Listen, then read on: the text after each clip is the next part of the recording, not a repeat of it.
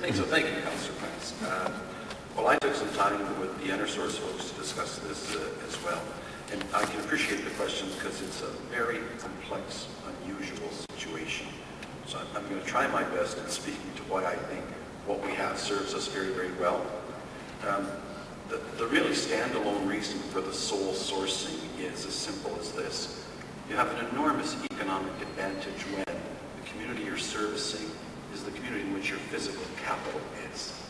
We have rubber on the road as Enersource in Mississauga. So you can appreciate the enormous competitive advantage Enersource would have in looking after our streetlights. Think of the enormous disadvantage it would be for someone outside your community. That having been said, I think some of us were told in very candid terms, if you tendered this, you could easily get, in fact it was a lovely phrase, you could easily get a couple of yahoos that live in the basement of mom's house wearing their underwear at a computer that outbid you. It's not hard. And under some of the new laws in Ontario, they can piggyback on our wire service. Where the problem comes is when a bulb goes out. Because they've got no physical capital. They have no cars on the road. They have no employees, etc., etc. So then you get back to what model makes the most sense. The Toronto model is referred to very often, and at the risk of getting myself in more trouble with Toronto, the fact of the matter, what that was an income trust. It was an excuse to suck money out of their hydro because they needed it for other coffers. So if there's a certain fee you're paying $2 million a year, someone's happy to give you $20 million today because they get a stream of $2 million a year. In my opinion, I think it was reported as such in the press, it was an internal financing thing that served their purposes as an overall city very well, and I don't blame them for it.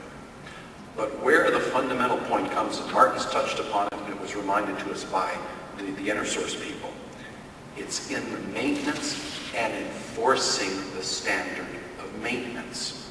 And if I can give you an illustration, one of the standards we use, and it's paramount at Hydro, is something called SADA.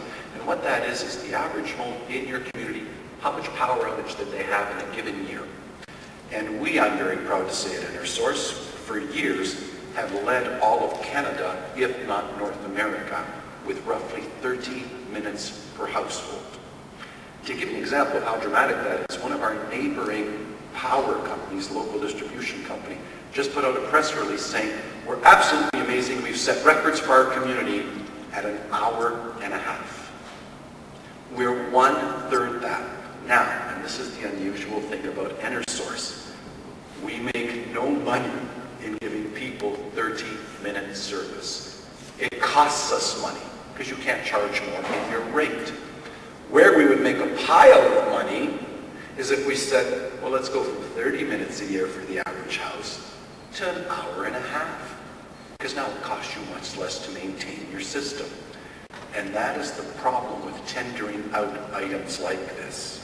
That is to say, dollar for dollar, because of the inherent advantage you have as the local utility. You have the physical plant, you have the rubber on the road, you have the staff in that locale.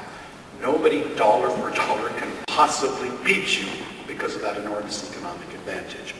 However, if you open it up and you don't scrutinize the service model as it relates to maintenance, a bunch of people will undercut you, but you will suffer dramatically in service.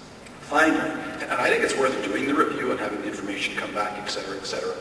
But finally, I was told in no uncertain terms that, listen, if the city wants to go elsewhere, we'd consider taking it off our books. We might make $100,000 more a year not providing you the service.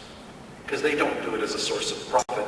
They understand that as the local overlapping LDC, it is only logical that they provide the service. The key being they provide it to us at a very high standard. So I repeat and I conclude. Others might undercut you. You're going to drastically suffer on service level. And I think Councillor Corbison and Councillor McFadden were with me yesterday, and I think they can reiterate that's exactly what we were told. However, at the end of the day it was, but if you want to go out, you want to put us up against others, tender, because a lot of people feel funny about sole sourcing, I understand it. But at the end of the day, the fact of the matter is, if you understand all of the issues, this is completely pragmatic. It is a complete common sense approach to doing it. If we were to tender it and it was a pure, true market where all the maintenance standards are the same, believe me, people that compete for it, oh yes, we'll maintain it to the same standard. It's getting out there and enforcing it, Martin's correct. The Scarborough example were used and some others, including Brampton, where when the rubber hits the road, recognizing these outsiders don't have any rubber on your roads, that's where it falls all apart. This model served us very well, but to give it another look, I can appreciate that. But when you look at it carefully, you know we've done very well by Enersource in providing this service in our locale. Thank you, Madam Mayor. Councillor Iannicca, you're out by $1,000 because in 2006 they lost $99,000 on our electrical. You used $100,000, well, you picked very good. $99,000 they lost in that. And it was in just as they made $34,000 in 2005 on our contract. And you remember all the complaints that the councillors lodged about the service? You recall Councillor Prentice, Councillor Mullen, Councillor Sato, Councillor, all of you. Well, they improved the service, so they lost $99,000 in 2006 as a result of your request. Interesting. Anyway, on to Councillor Prentice.